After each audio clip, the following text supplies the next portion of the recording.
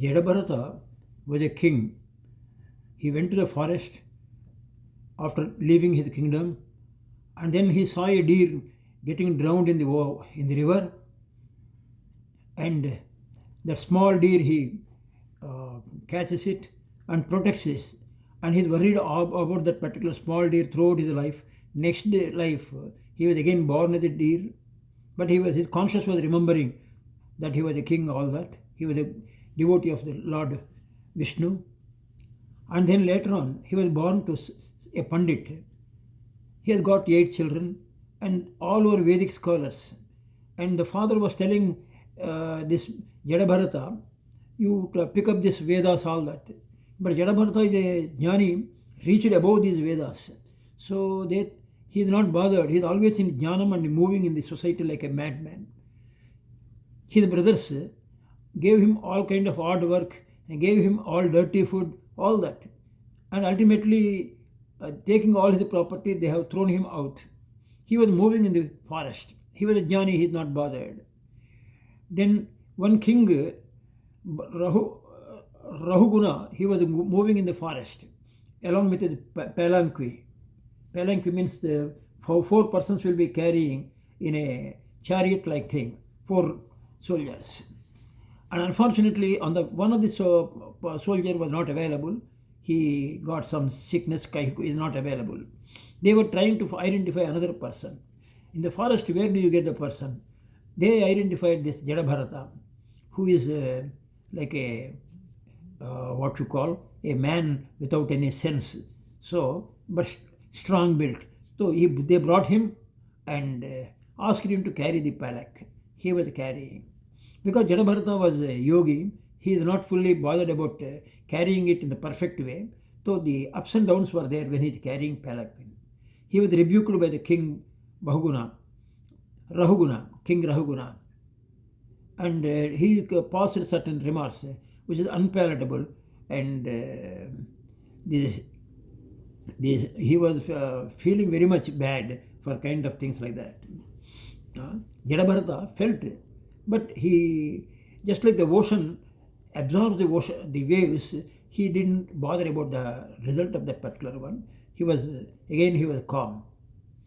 Then he educates the king Rahuguna about the importance of the soul. It is not the body you have to bother about it all through like that. After knowing his Jnana Upadesha, king falls on his feet and asks for pardon. He immediately pardons him.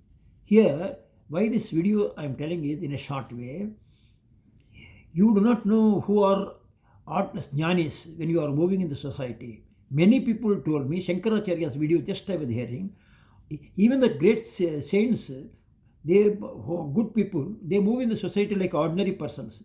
You do not know whether they are really realized or not. But never ever insult anybody.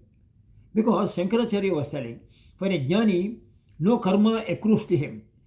Then the question was, what happens to the good karma and bad karma?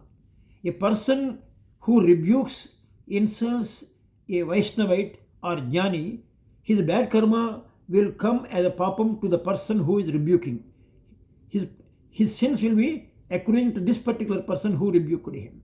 On the other hand, if he identifies him and makes pranam and pays respect to him in every aspect, he gets the punyam of that particular person, because that other person doesn't need any punya papa. He is above that kind of things. He is Jivan Mukta, what we call it. So that is the idea of that. But one thing the ISKCON people told, which I liked, is we may commit mistakes, including me also. Rarely we do not know. With some persons we may make joke thinking we are slightly knowledgeable. That fellow's dress or personality seems to be ordinary person. A kind of look you may give it, or a kind of rebuking also indirectly you may say, just you move out. Any kind of unintentionally or intentionally you may do the kind of things. But don't do that. But once you come to know, or otherwise also, once the other person is a Vaishnavite, Bhakta, devotee, immediately ask for his pardon. But our ego should not come in the way. Say sorry. That is really very good thing. 2 words, as somebody had mentioned it, in our life, because of our ego, we do not use it properly. Thanks and sorry. Nothing wrong. Nothing wrong. Mistakes are committed by everybody. That is not an issue. So this is what I wanted to communicate our style. Be simple, be humble, do not rebuke anybody. Maybe if you don't like it, just move. But don't pass with your family, oh, see how he is. Your family members may make a joke and you be, ha ha ha, don't laugh. Because you also incur this. You also tell them, we do not know what type of personalities they are. So we are judge not, you will not be judged. That all this simple message I wanted to provide in this particular one. As I read it today, I was I was feeling some mistake, I might have committed it. When I opened this Bhagavatam, I got this particular message. Then this is Sukadeva. Sukadeva, you know, Vyasa's son, is the embodiment of knowledge. He is telling Parishit, be humble, never ever rebuke anybody. So be calm. That is, and you be like an ocean. You don't bother about others' faults. You try to improve yourself. That should be the aim of the life. Sat Sai Baba was telling, which I liked it. What that? Hurt never. Serve, help ever, hurt never. What a beautiful statement.